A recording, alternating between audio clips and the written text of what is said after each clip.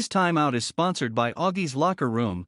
Augie's features the largest collection of Notre Dame football memorabilia and gifts, including rare and hard-to-find items. Hey, this is Augie, Augie's Locker Room. Website, augieslockerroom.com. Visit us here or the website.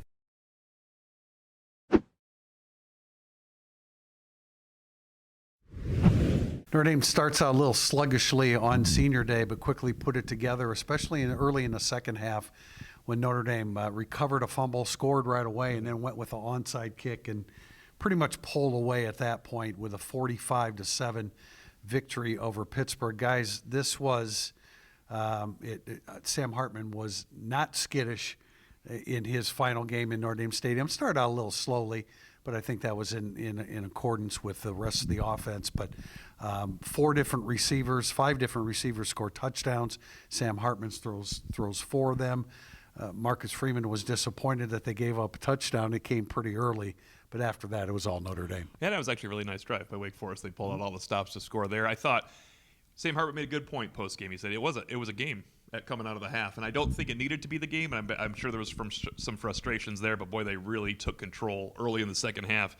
J.D. Bertrand has had a fantastic season. He forces the fumble, recovered by Riley Mills. Mills had some thoughts of scoring. I don't know if you noticed that. He tried to pick that thing up and take off, but it's a good thing he recovered it.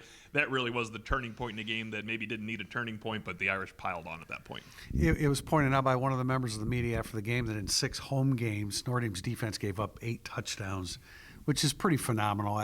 What Al Golden did this year, I know when the season ended last year, there was some uncertainty as to just what direction the defense was going, but with a veteran unit coming back, he's really maximized that defense. Al Golden has proved a commodity. He really has, and we've talked about it on these shows before. I felt very strongly about him being worthy of a Broyles Award nomination. He's a semifinalist now, as announced this week. I think that's significant. I think that tells you his peers around the country recognize the job that Al Golden is doing, especially when you look at this Notre Dame defense. Very experienced in some spots. But outside of Benjamin Morris, you don't look at it and say they've got a bunch of guys you expect to be first-rounders. There are plenty of guys on this team that will have a chance to play at the next level.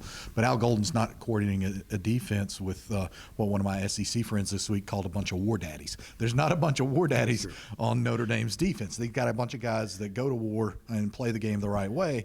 He's just done a phenomenal job. And one thing of note to me on the offense today, and I asked about this post-game, they scored on 4 consecutive drives once they got untracked a little bit. And it would have been 5 in a row had they not missed that first field goal. So the offense put itself in position to score 5 possessions in a row. That's significant. That's tremendous progress. Audric Estime said he has not made a decision as to whether he will return or go pro, but I think we all expect this to have been his last game in Notre Dame Stadium. He maximized it. They had to keep him on the field late into the game with a large lead to get to 100 yards, but he ended up with 22 carries, 115 yards, a touchdown. That gives him now 1,103 yards, I believe, for the season.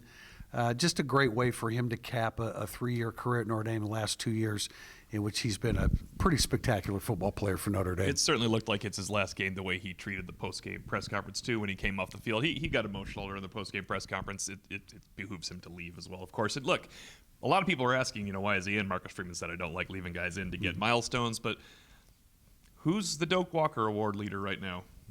It doesn't easily come off your lips. So you owe it to some guys in that situation, and it really helps Audric Estime that he could have a 100-yard day again against Wake Forest.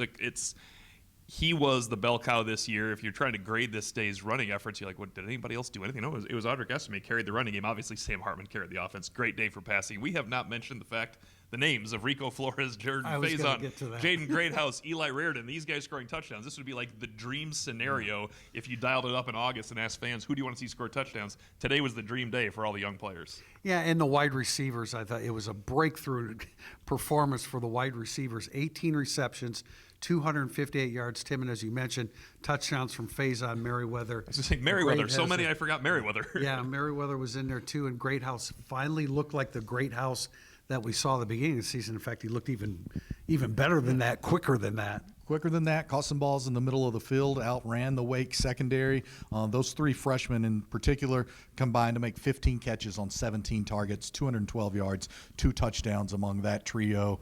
That's development, guys. Again, I had the stat this week in our notebook Thursday on Irish Illustrated. The 8 receivers in the top 50 of ESPN's prospects this season. Zach Branch is up at the top. Okay, he's had a great season. The other 7 receivers on that ESPN Top 50 list have combined for 30 catches. Look what these guys did today. They combined for 15 catches just today. Those 3 guys, again, and they were rated below all of those guys. So there is progress. There is development. You look at the development of Chris Tyree. Chris Tyree's parents have talked about how much they appreciate the way he's been developed this year. So we need to see more of the offense we saw today, but this was a massive step forward for a lot of people. Marcus Freeman on down today. Against a good but not a great defense, but a good performance against a good defense. The most accomplished of the wideouts today was Rico Flores with 8 receptions for 102 yards. Tim, 24 games since a Notre Dame wideout had as much as 100 yards receiving in a game. That was in the first game that Marcus Freeman coached the Fiesta Bowl when he immediately succeeded Brian Kelly. And I think the most important thing was Flores was true to character, what you will see him be going forward. He didn't get 102 yards because he had a 60-yard catch and run. That's when you expect someone to get one of the last 24 games. He cut them up among his 8 catches for 102 yards. That's the type of player he is. And you mentioned Greathouse making catches in the middle of the field. That's what Greathouse will be too, a guy that moves the chains. But boy, if he can turn it run after catch, he looks super. The first thing you said was he just looks much quicker than we've seen him. And John, you pointed out pregame, Jordan Faison, they like Faison. They like to find ways to get him involved. It was good to see him score because they're almost trying to force feed it to Faison a little bit, which I like. Get him the ball in space, 5 yards, 6 yards, 6 yards. It's good to see him break away from one too because they tried to get him on a corner route earlier that I think that was the last poor pass Sam Hartman might have thrown, that corner route that didn't score.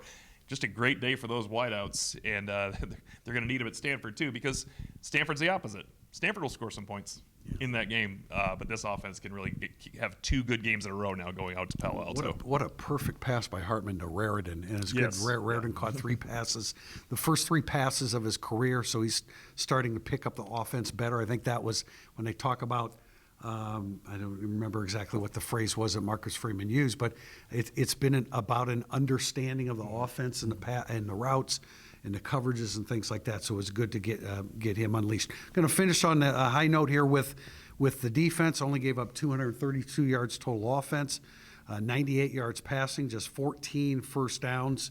Notre Dame had 3 sacks. Wake Forest had none.